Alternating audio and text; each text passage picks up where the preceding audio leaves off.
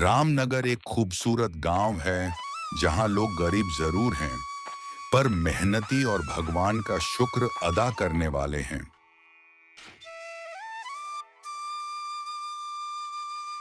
इसी गांव के झोंपड़ी नुमा घर में मदन, उसकी बीवी मधु और दो बेटियां प्रिया और गुड्डी रहती हैं।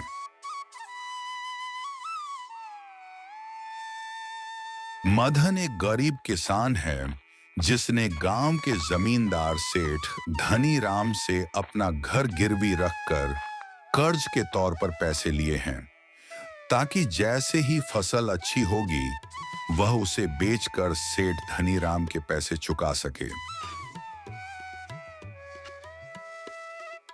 उसकी बीवी मधु एक लालची औरत है। उसे मदन की गरीबी बर्दाश्त नहीं होती। वह किसी भी तरह रातों रात अमीर होना चाहती है।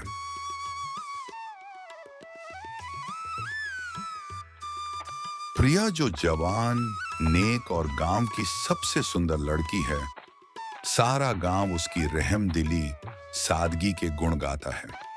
पर बदकिस्मती से वो जीवन में मां की ममता, उसकी मोहब्बत हासिल करने में नाकाम रही है। मधु प्रिया की सौतेली मां है।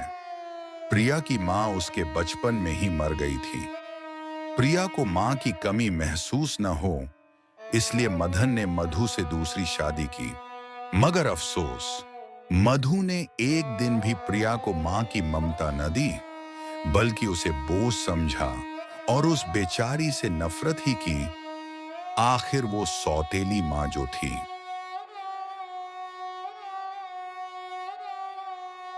वो बस अपनी बेटी गुड्डी से मोहब्बत करती, उसका ख्याल रखती और सारा घर का काम प्रिया से करवाती थी।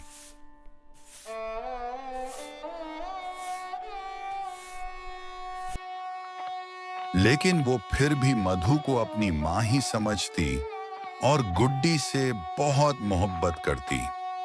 वह कभी अपनी सौतेली मां के बुरे सलूक की किसी से शिकायत नहीं करती थी।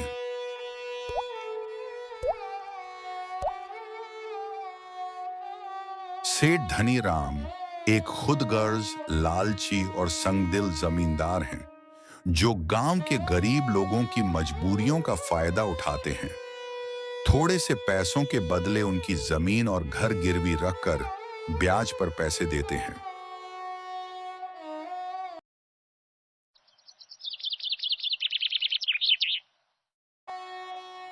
एक सुबह जब माधन काम पर जा रहा होता है तो मधु उससे कहती है, पता नहीं कब तुम्हारी फसल कटेगी, कब उसे बेचोगे और कब पैसे आएंगे। मुझे और गुड्डी को शहर जाना है।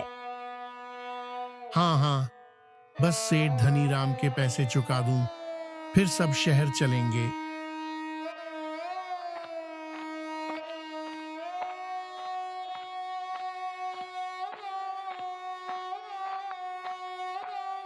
खेतों में उसे उसका दोस्त मिलता है और कहता है, भाई आजकल बहुत मेहनत करते हो, घर भी शाम को देर से जाते हो। हाँ भाई, सेठ धनी राम के पैसे चुकाने हैं। मेरा घर गिरवी पड़ा हुआ है उसके पास, बस इसीलिए ज्यादा मेहनत करता हूँ।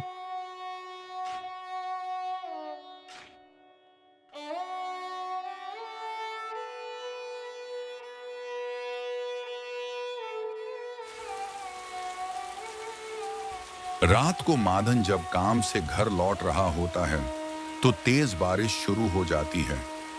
माधन बहुत परेशान हो जाता है। तेज तूफानी बारिश और बिजली में वह बड़ी मुश्किल से घर पहुंचता है।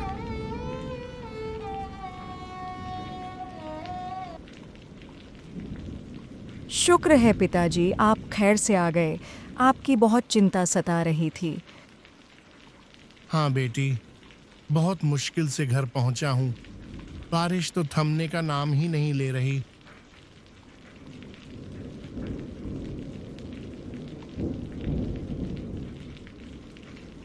माधन बेचारा उस सारी रात नहीं सोया।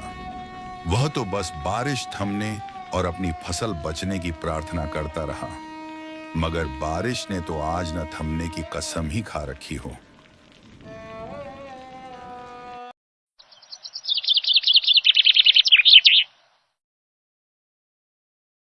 सुबह बारिश तो थम जाती है, मगर गांव का बहुत नुकसान हो जाता है। गलियों और खेतों में बहुत पानी और कीचड़ भर जाता है।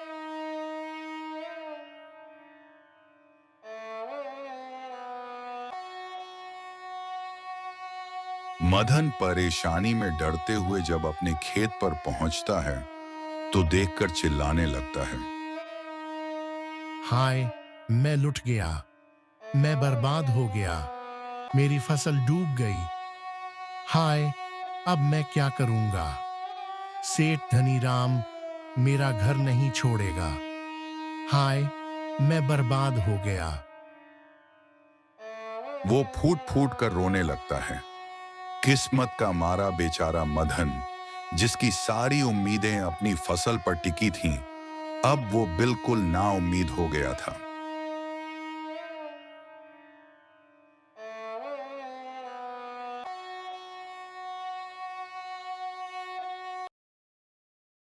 उधर जब सेठ धनीराम को मदन की फसल डूबने की खबर मिलती है तो वह बहुत खुश हो जाता है और कहता है। बहुत अच्छा है। अब वो न मेरा रुपया चुका पाएगा और न ही अपना घर बचा पाएगा। अब वो घर तो मेरा हुआ, उसे वहां से जाना ही होगा।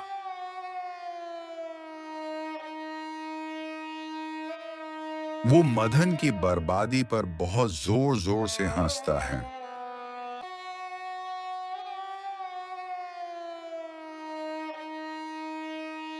इस घटना को अभी चंद दिन ही हुए थे कि मदन के घर भूख की नौबत आ गई। घर में खाने को कुछ भी नहीं था।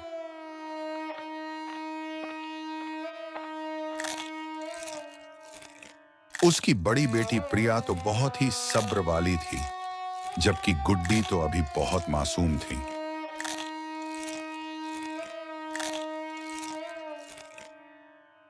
पर उसकी पत्नी मधु से घर की हालत बर्दाश्त नहीं हो रही थी।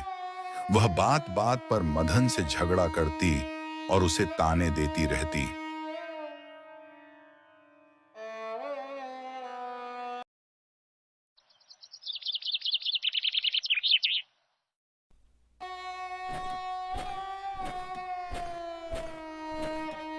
एक दिन गुड्डी अपने दोस्तों के साथ खेलते खेलते चक्कर खाकर गिर जाती है।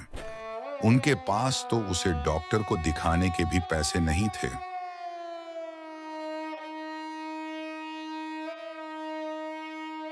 बाहर आकर मधु गुस्से से कहती है। पता नहीं मेरे माता पिता ने क्या देखकर तुमसे ब्याह किया था मेरा। बस बहुत बर्दाश्त कर लिया हमने, अब और नहीं करेंगे। जहाँ से मर्जी बस पैसे लाओ घर। हाँ हाँ, तुम फिक्र न करो, मैं कुछ काम ढूंढने जा रहा हूँ। कुछ न कुछ जरूर लाऊंगा घर के लिए। यह कहकर वह बाजार काम ढूंढने चला जाता है।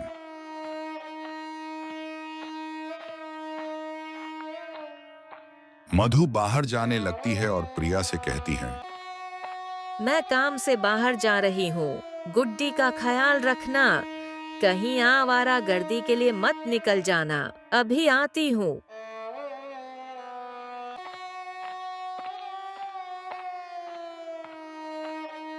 प्रिया घर पर अकेली होती है। इतने में सेठ धनीराम आ जाता है।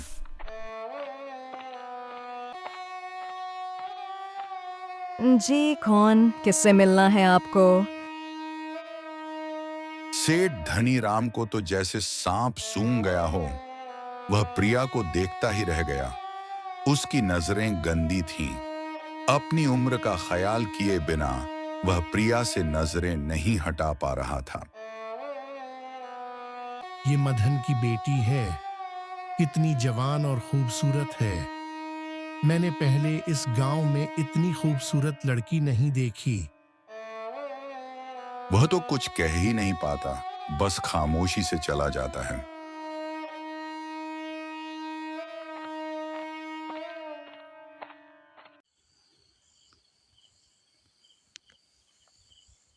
रात को जब मदन मायूस होकर घर आता है तो उसकी पत्नी मधु उससे पूछती है, कहाँ है खाने का सामान?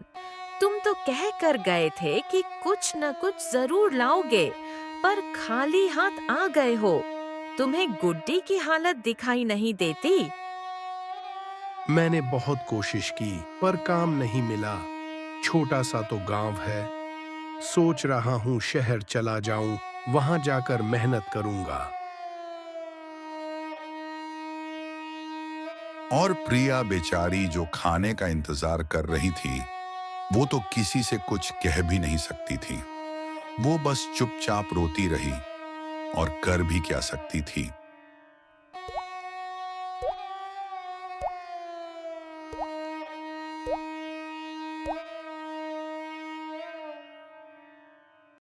उधर सेठ धनीराम बैठा प्रिया के बारे में ही सोचता रहता है, मानो प्रिया ने उस पर कोई जादू ही कर दिया हो।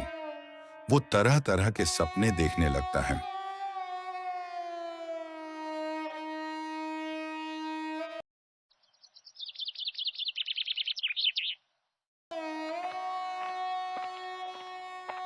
अगली सुबह मदन काम की तलाश में शहर चला जाता है और प्रिया आंखों में आंसू लिए उसे अलविदा कहती है।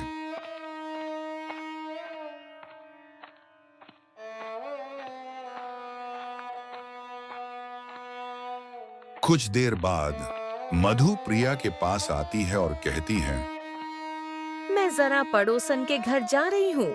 सारे घर का काम अच्छे से करना और गुड़िया का भी ख्याल रखना।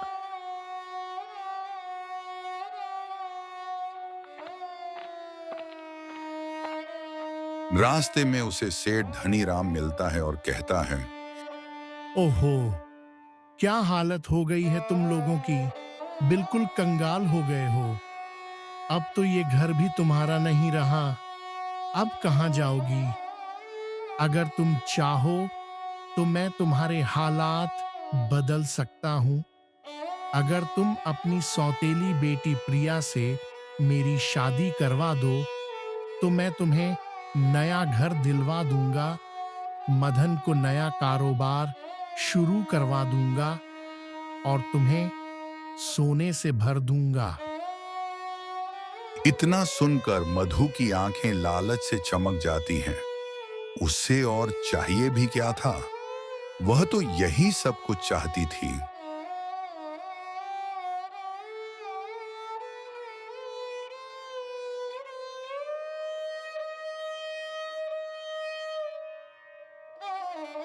घर जाकर वो लालची सपने देखने लगती है। उसे बस पैसा चाहिए था, चाहे वो प्रिया को कुर्बान करके ही क्यों न मिले।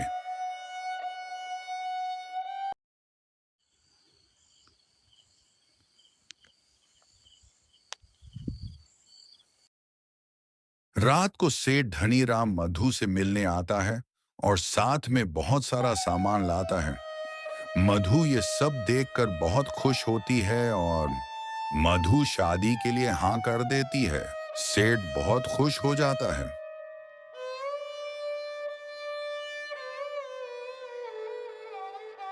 प्रिया सेठ और मधु की सारी बातें सुन लेती है।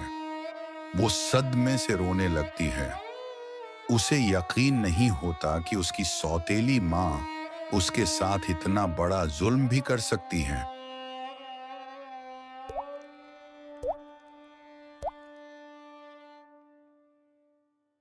उधर मधु तो सपने देखते चैन की नींद सो रही थी, पर हमेशा की तरह आज फिर प्रिया अपने कमरे में छुप छुप कर रो रही थी। वो अपने दिल का हाल किसे सुनाती? बेचारी।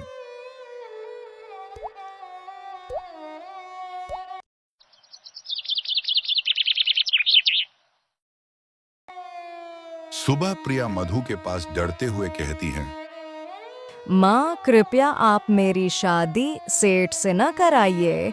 वह मेरे पिता की उम्र का है। माँ, मैं साथ वाले गांव में लोगों के घरों का काम करूंगी और आपको पैसे लाकर दूंगी। माँ, कृपया आप यह जुल्म न करें।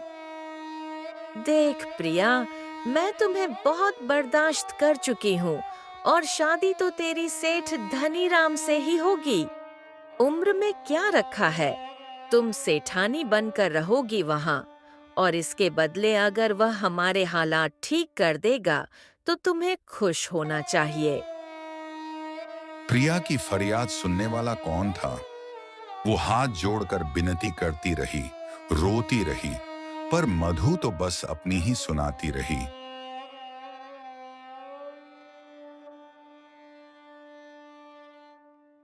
सारे गांव में अब प्रिया और सेठ धनीराम की शादी के चर्चे होने लगे।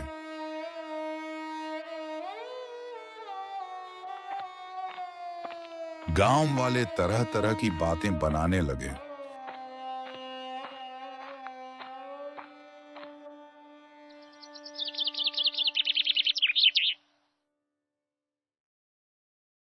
अगली सुबह जब मदन अपने घर आ रहा था तो रास्ते में उसका पड़ोसी रुककर तरह तरह की बातें करने लगा। वह बेचारी इन सब बातों से बिल्कुल अनजान था।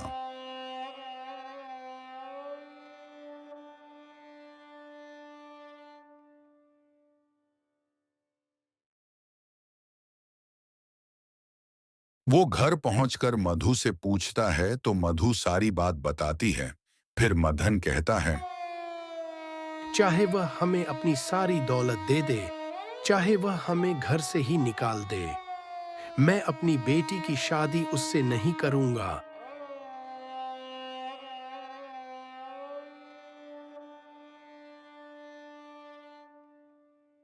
यह सुनकर प्रिया की जान में जान आ जाती है। वो बहुत खुश हो जाती है।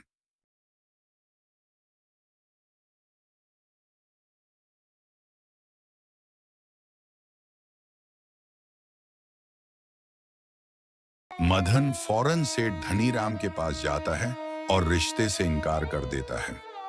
सेठ इनकार सुनकर गुस्से से भर जाता है।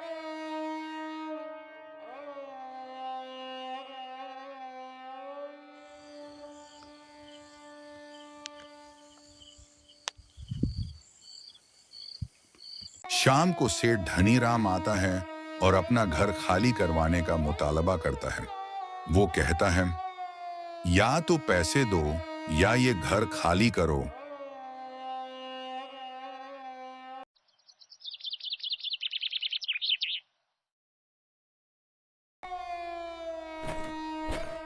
अगली सुबह गुड़िया जब अपनी दोस्तों के साथ खेल रही थी कि फिर से वो गिरी और बेहोश हो गई।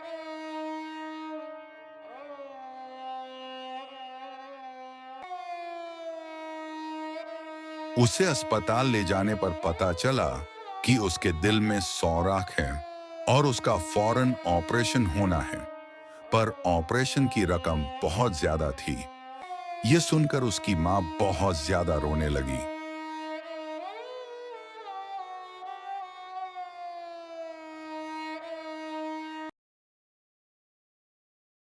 किस जरूरत थी सेठ को मना करने की? अब कहाँ से लाओगे गुड़िया के ऑपरेशन के पैसे? वो अस्पताल में मर रही है, तुम हाथ पर हाथ धरे बैठे रहो। अगर गुड़िया को कुछ हुआ तो मैं तुम्हें और तुम्हारी मनहूस बेटी को जिंदा नहीं छोड़ूंगी। हालात से तंग प्रिया सेठ के पास जाने का फैसला करती है। वो गुड्डी से बहुत प्यार करती थी और उसे मरता हुआ नहीं देख सकती थी।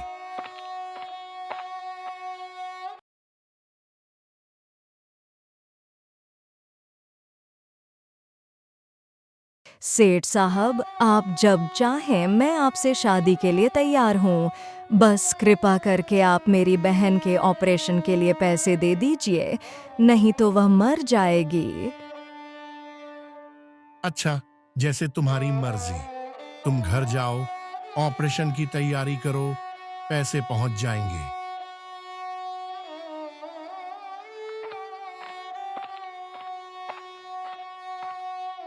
पास खड़ा सेठ धनीराम का बेटा, जो अभी विदेश से तालीम मुकम्मल करके आया है, ये सारी बातें सुन लेता है और बहुत हैरान होता है। वो अपने पिता से पूछता है, तो वो सारा माजरा उसे बता देते हैं। पिताजी, आप ऐसा कैसे कर सकते हैं? आप लोगों की मजबूरियों का फायदा कैसे उठा रहे हैं? वो लड़की कितनी मासूम और कितनी कम उम्र की थी, और आप उससे जबरदस्ती शादी करना चाहते हैं। क्या आपको भगवान से डर नहीं लगता पिताजी? लोगों की बदुआओं से डर नहीं लगता पिताजी? अगर आप पर भगवान की कृपा है तो लोगों की मदद कीजिए। भगवान भी आपसे खुश होंगे। वो काफी देर तक अपने पिता को समझाता रहता है।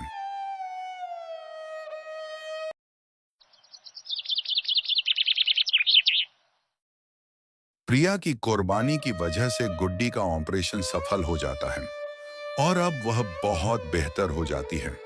मधु को समझ आ गया था कि प्रिया ने सिर्फ उनकी खुशियों के लिए बलिदान दिया है। अब वह भी बहुत शर्मसार थी। वो प्रिया से कहती है, मुझे माफ कर दो प्रिया, मैं तुम्हारी माँ न बन सकी। मैंने हमेशा तुम्हें सौतेली ही समझा। घर के हालात की वजह से मेरी आंखों पर लालच की पट्टी बंध गई थी। प्रिया, मुझे माफ कर दो। माँ, ऐसा मत कहिए। मैंने हमेशा आपको ही माँ माना है। मेरे नसीब में जो लिखा है उसे कौन टाल सकता है। मुझे आपसे कोई शिकवा नहीं है माँ।